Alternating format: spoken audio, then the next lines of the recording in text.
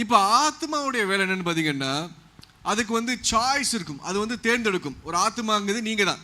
உங்களுக்கு ஒரு சரீரம் கொடுக்கப்பட்டிருக்கு. அதான் நீங்கள் புரிஞ்சுக்கணும். நேற்று தான் சொன்னேன், ஆதாம் ஏவாளை ஆண்டவர் என்ன பண்ணாங்கன்னா, ஆதாம மண்ணை கொண்டு வந்து பொம்மை உருவாக்கி ஊதும் போது அவர் ஜீவ ஆத்மாவாக மாறுறாரு. அதுதான் நீங்களும் நானும். அந்த ஜீவ ஆத்மாவுடைய சென்சஸ்ன்னு பார்க்கும்போது அதால் உணர முடியும்னா அதுக்கு வந்து சாய்ஸ் எடுக்கும். எது செய்யலாம், எது செய்யக்கூடாதுன்னு எடுக்கும். சில நேரங்களில் அதுக்குன்னு தனி எமோஷன்ஸ் இருக்கும். சில பேருக்கு பார்த்தீங்கன்னா நாய்க்குட்டியை பார்த்தா கொஞ்சம் தோணும்.